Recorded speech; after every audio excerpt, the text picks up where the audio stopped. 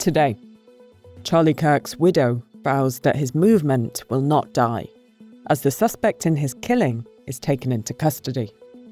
The UN overwhelmingly endorses a two-state solution declaration between Israel and the Palestinians. NATO says it'll beef up defence of Europe's eastern flank, and Polish army recruitment is surging.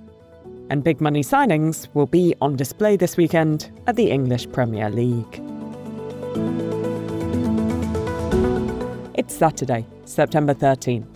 This is Reuters World News, bringing you everything you need to know from the front lines in 10 minutes, 7 days a week. I'm Tara Oakes in Liverpool.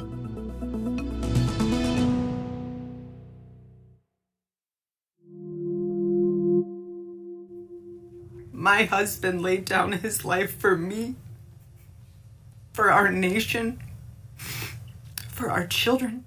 Charlie Kirk's widow, Erica, speaking to his supporters in video released by the influential conservative student group he co-founded, Turning Point USA.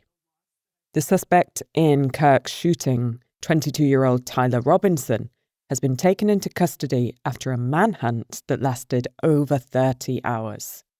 Kirk, a close ally of US President Donald Trump, was killed by a single gunshot fired from a rooftop as he spoke on stage during an outdoor campus event.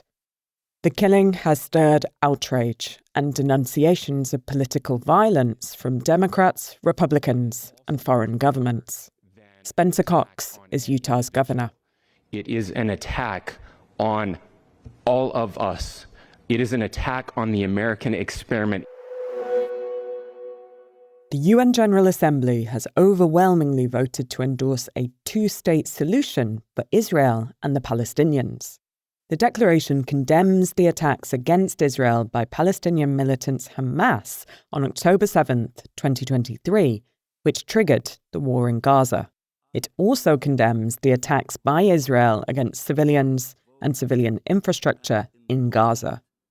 Palestinian UN observer Riyad Mansour gave a vote of thanks for the endorsement. This resolution is an illustration of saying, yes, we have a plan. Yes, we have a detailed roadmap for peace. The US and Israel voted against it, with Israel's ambassador, Danny Danon, calling the declaration one-sided and saying it failed to name Hamas as a terrorist group. Shame on you. This meaningless political maneuver takes place while innocent people remained blindfolded in Gaza's tunnels, starved. NATO has announced plans to beef up the defence of Europe's eastern flank, just days after Poland shut down drones that had violated its airspace. At the UN, the United States called the airspace violations alarming and vowed to defend every inch of NATO territory. Remarks that appear aimed at assuaging Washington's NATO allies after President Trump said Russia's drone incursion could have been a mistake. Meanwhile, in Poland itself, near the Russian border, tanks, helicopters, and military drills echoing through the forest. More than 20,000 civilians have signed up for voluntary training this year. No war has been declared, but it's preparation, and it's happening fast. Poland's Prime Minister, Donald Tusk, says the country is closer to open conflict than at any time since World War II. Those taking part in the training say they have a range of reasons for enlisting. Agnieszka Andruszak, a mother taking part, says she would do anything to keep her child safe. Our correspondent Barbara Erling says the country is undergoing one of the largest military expansions in Europe, according to NATO data. It's driven by growing fears of Russian aggression, but also a desire to become NATO's eastern stronghold. Defence spending has more than doubled, and its army has grown significantly. The Polish army has grown from around 170,000 personnel in 2022 to over 216,000 by mid-2025, with a long-term goal of reaching 300,000 troops by 2035. Wojciech Januszko, who's 19, is also training. He says he believes that even the least patriotic Pole has, deep down, the instinct to come together in times of need.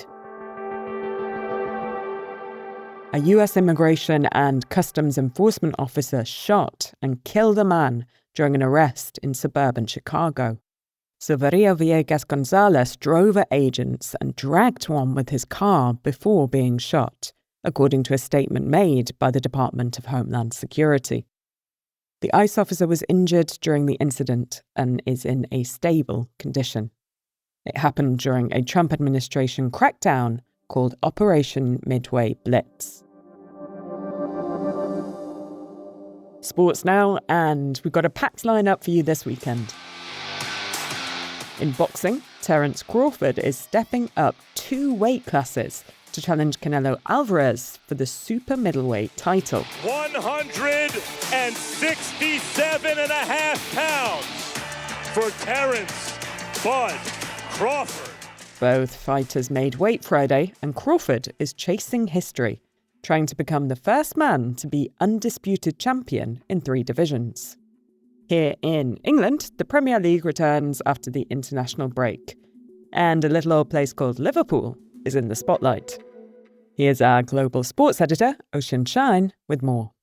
Everyone wants to see these big new names playing for their new teams in England. None more so than Alexander Isak, the Swede who broke the British transfer record when Liverpool bought him for £125 million just as the deadline day window was slamming shut. He actually hasn't played more than 20 minutes since May because he was in dispute with his club Newcastle. He wanted to leave. He's sure to make an appearance of some sort on Sunday when Liverpool played Burnley. The Manchester derby's another one to look for. United and City both got brand new goalkeepers. City signed Gianluigi Donnarumma from PSG. United, they've got Lamans, who they signed from Royal Antwerp. So all new look, plenty more new players playing in the Premier League. £3.1 billion was spent on new talent. So everywhere you look, there's going to be a superstar player in an unfamiliar shirt. Over in the States, it's all about the women's basketball. The WNBA playoffs tip off on Sunday with all sorts of fascinating scripts await to be written. The great narrative is the Golden Valkyries,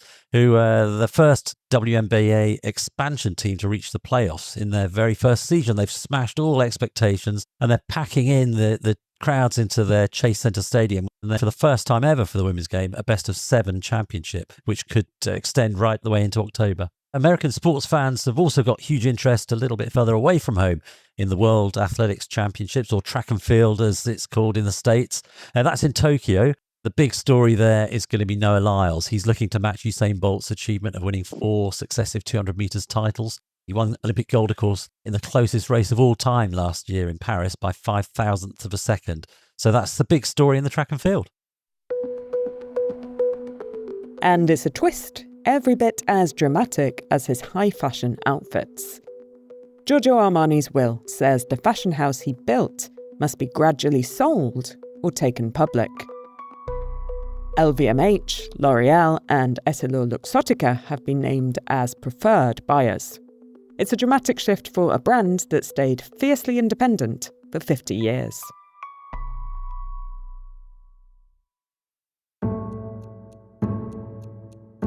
It's Saturday, so we have a recommended listen for you. That's right, it's the latest episode of our long-form On Assignment podcast.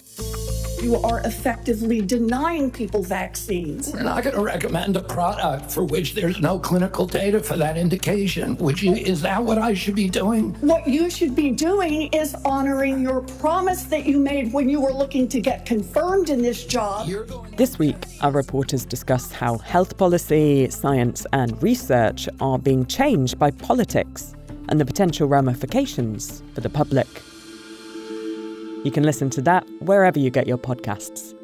For more on any of the stories from today, check out Reuters.com or the Reuters app. Don't forget to follow us on your favourite podcast player, and if you're listening on a smart speaker, just ask for the latest news from Reuters, 7 days a week. We'll be back tomorrow with our daily headline show.